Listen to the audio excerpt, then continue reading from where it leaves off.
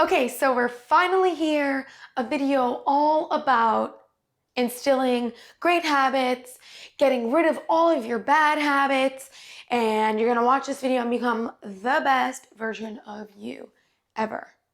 While I would love to say that's true, that's just not reality. So sorry.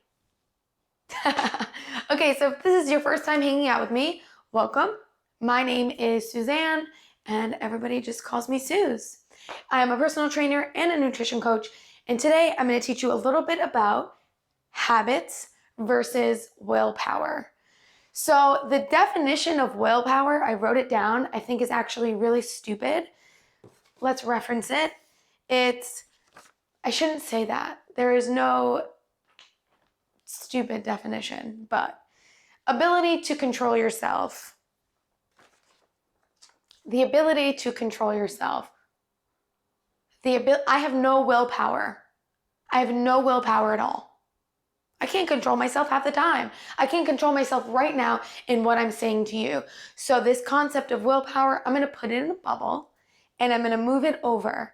You can get rid of it. You can put it on a shelf. You can do what you want with it, but I'm getting rid of this concept of willpower. And I am going to reference habits instead. So the definition of habits is settled or regular tendency or practice, one that is hard to give up. A practice that's hard to give up. Something that you practice that's hard to give up. You practice it so often that it's embedded in your brain, which makes it hard to give up. Okay, the end. So that's what a habit is. A habit is something that you do so often that it becomes automatic. Habits are supposed to make you feel safe. They're supposed to kind of put you in this autopilot, this automatic go, this like you're in a Tesla and you can close your eyes and the car's just on autopilot. So it's kind of like when you're walking the dog and on the phone. Maybe like you have your routine, you're on autopilot, and the other part of your brain, the more creative part, can be on the phone and engage in that conversation. Or maybe it's like when you brush your teeth, everything is just so automatic. You grab your toothbrush, you open the toothpaste, maybe you're like me and you wet the toothbrush first, then you put the toothpaste on, and then you brush your teeth. So there are things that we have in our daily lives that are automatic. They're habits. Like when you eat and you're cutting your food. I can go on with examples forever, but I'm not going to. So how do we break habits that we don't so much love? Maybe we reference them as bad habits. Or how do we build good habits, healthy habits, effective habits that we want in our day-to-day? Okay, so this little graph, this really beautiful scientific graph, is how our brain works. So and I'm going to reference my notes for a minute so I don't go off topic, because if you know me, you know I totally will. But our brain sends us a message. We see something, our senses, we feel something, we smell something, anything. Something occurs, makes us feel some type of way. So our brain sends us a message. Now this message is received and it makes us feel uncomfortable.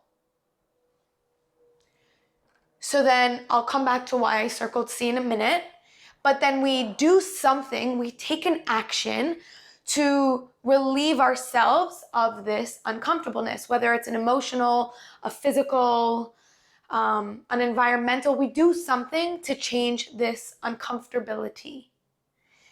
And then we come here, we're relieved of that stress, of that, whether it's a negative emotion or feeling, and then our brain stores that information. So again, brain sends us a signal, we're uncomfortable. We do something, we take an action, and now we're relieved of that stress, and our brain stores it. So maybe you noticed why C, or it clicked why C is circled, and it's because that's what you have control of. That's where you're either instilling healthy habits or maybe not so healthy habits. So let's put this graph into real life perspective. So your brain you're at work and you get super duper stressed out because you heard a coworker said something about you and you're super stressed. And then you're like, damn it, I need a cigarette to release this stress. So you have that cigarette and then you're relieved of the stress. And then your brain stores it that every time you have this is going to relieve it. It's like almost math, but not at all like math. But it's an equation. And you can break that pattern. You can break up that equation and fit whatever you want into it. Now, it's of course not always that simple and not always that comfortable to break unhealthy habits. And that's why I recommend, and that's why it is recommended, to focus on building healthier habits than focus on breaking don't focus on breaking habits. Focus on building up new habits. And in return, this will become a little bit healthier. So that's why I circled good habits versus bad habits. When we focus so much on fixing and rebuilding, it can be overwhelming and it goes into different levels of emotions and different levels of uncomfortability, and it's almost not worth it. So coming towards the end of this video, I don't really want you to take any massive action. You're probably already thinking of patterns and habits that you're like, oh crap, I notice every time I do X, Y, Z occurs, or every time I feel this, or every time I'm with this person, X, Y, and Z. Hopefully that makes sense. If not, rewind this video as many times as you need. But coming to the end again, I don't want you to focus on fixing anything. I really just want you to listen to this video, make sense of the purpose of habits and how they can totally simplify your life and add simplicity to your life. And then I just want you to bring awareness to your day-to-day. Where is it that you are feeling that trigger or you are feeling those stressors? And just bring awareness, non-judgmental awareness, to what your go-to habits are. So I'm going to bring a really funny story to the equation right now. I remember when I first learned about this, my coach at the time told me to make my replacement habit something really, really silly. And no matter where I was, no matter when I felt it, I need to do X habit. So my go-to emotion would have been like super duper annoyed. I would get annoyed over the dumbest things. And I said to myself, every time I'm annoyed, no matter where I am, I'm gonna do 5 push-ups. And if my brother is watching this video, he knows exactly what I'm talking about. I was out of town visiting him where he lives.